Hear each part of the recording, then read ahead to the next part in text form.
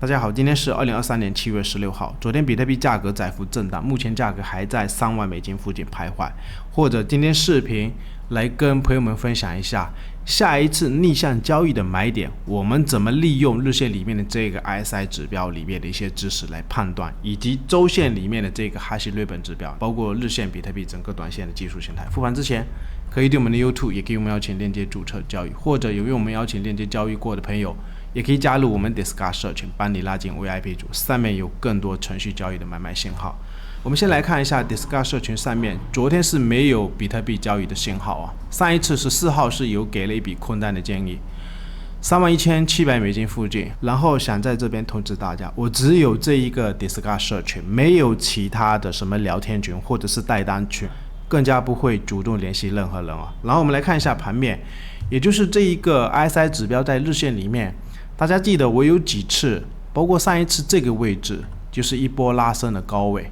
包括上一次这一个位置一波拉升的高位，不是有跟朋友们讲过，有可能短期行情会震荡，它不会像这种持续的再继续往上飙，就像类似这个位置也不会持续再往上飙，已经整理了有一段时间。其实参考的一个经验就是它这个 RSI 指标来到70附近，相对比较高的一些区间，有可能都是短线相对超买的一个区间，主力有可能不一定会再拉。所以我们看这个指标，特别是在日线里面，它如果有类似这种大涨的一个行情，拉到高位的时候，到时候就要去观察，不要再追了，特别是期货这一块有可能会被反复的洗来洗去啊。然后我们可以看一下买点的位置，我们可以观察一下它每一次像这种崩盘的位置，如果是日线的 RSI 指标来到相对比较低的位置，甚至有破这个30的位置，一般以往的经验也是很重要的买点。包括当时这个位置硅谷银行危机爆发的时候，这个位置也是破30，也是很重要的买点。特别你去观察一下，因为好东西只要是它长达1年多下跌的底部，有类似这种崩盘的位置，你看指标在30下方，就是相对比较逆向，很多人在恐慌，就是有散户在卖的一个位置，我们就应该站在买方。不过上升趋势里面它也会有不同哦，我们可以看一下，像这个位置有一些上升趋势，或者是这个位置也是一个上升趋势，整个中长线是上升趋势。上一次这个买点我们可以观察一下，它基本上是没有触及30附近，因为它整个趋势向上的情况下，有可能像这种比较低的位置也是很重要的买点。特别是你再配合其他的技术形态，比如说像这种下降楔形，方向就是往上看的。然后我们再观察一下，就目前的技术形态啊，它这个区间目前还是在箱体，如果是这个区间箱体破了，那你可能去留意一下这个 RSI 有没有可能破50，因为前面的几个位置我们可以观察一下，它跟那个 KD 也是有高度参考性。像这些整理区它没有破之前，有可能接近50附近，它也是会有一些上涨的走势。包括当时在15K 底部的时候，我们可以观察一下，整个趋势已经是出来了，虽然有压回，然后它其实在这个区间也是非常接近50附近，就是在这个区间重新突破的时候，突破50上方就是一个多方区。所以像这种整理的位置，它这种买点的位置都是在50附近左右的一个多方区，重新有转折向上的一些买点，但是也有可能会挖坑，或者是类似这个区间也是在强势50上方的一个多方的一个强势区。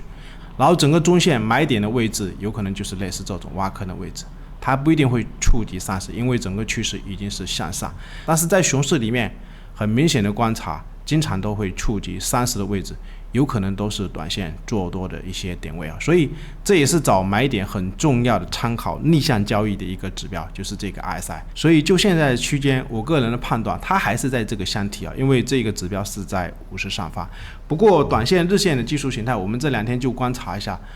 最好是不要破了这个箱体。然后我们再来判断一下昨天 K 线收盘的一个技术形态。昨天有聊到一个观点，它这根下跌最理想的情况，如果要保持强势的结构，能不能在昨天的这一根 K 线给我收在这个实体里面？但是昨天是收的非常的窄啊，就类似一个小小的 K 线，根本就没有波动，也没有收在这个实体里面。不过我的观点是，空方它也没有乘胜追击。然后我们再来判断一下，也就是聊了有几天的这一根 K 线的收盘价，它的价格大约是在30K 附近，有聊了一段时间。目前这里面整理的 K 线，就整个矩形来观察，它已经是24根，24根、22根全部都是在这一根 K 线收盘价的上方，只有2根哦。我们可以看一下，这边有一根，然后这边还有一根是收在这个下方。然后我个人的观点是，短线朋友们可以去留意一下，现在是没量哦，没量确实也是非常的纠结，就是短线不适宜操作。我的观点是，还是尽量给我报长线啊，或者是去观察一下，也就是这2根 K 线的低点，它其实也是在30K 附近，就是这一根 K 线的收盘价。如果这一个支撑守不住，另外一个很重要的支撑就是讲了有一段时间 29.5K。有没有可能挖坑的位置是一个中线的买点？那我今天要来跟大家聊一下中线买点的一些知识。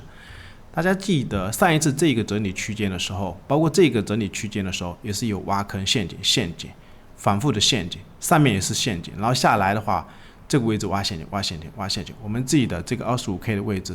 它的支撑这2个低点的位置，如果连一条直线过去观察，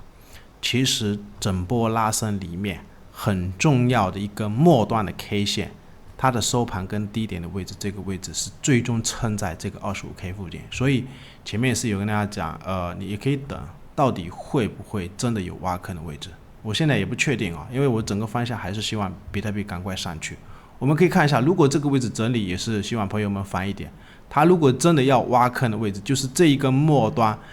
这一根 K 线主力表态的很重要的这一个低点，或者是收盘价附近，其实就是这个 N 型高点的位置。包括整个周线也是希望朋友们，如果真的想等中线的买点，其实3根 K 线来看的话，周线还是在震荡啊。而且我们留意一下，如果下一次的买点它还在这边震荡，这一个还是日本指标，明天要收盘，那这一个指标到底会不会形成一个红色的金叉？因为这个还是日本指标买点的知识，也就是它在之前肯定会有一个时差，每一次买点的位置有利润 60%， 前面都是会有时差，或者是2020年牛市进行中也是一样，每一次买点的知识前面这个指标都会有时差，红色的时差，包括当时这个位置底部起来之后，疫情爆发底部起来的2个买点之前都是会有红色的时差。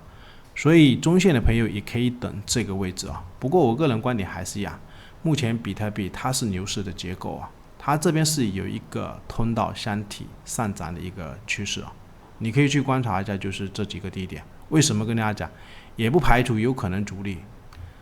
再突破呢，这个高点的位置有可能才是很重要的一个压力。包括我个人计算的 35K 也是很接近这个位置啊。所以现在它是在通道里面，就是你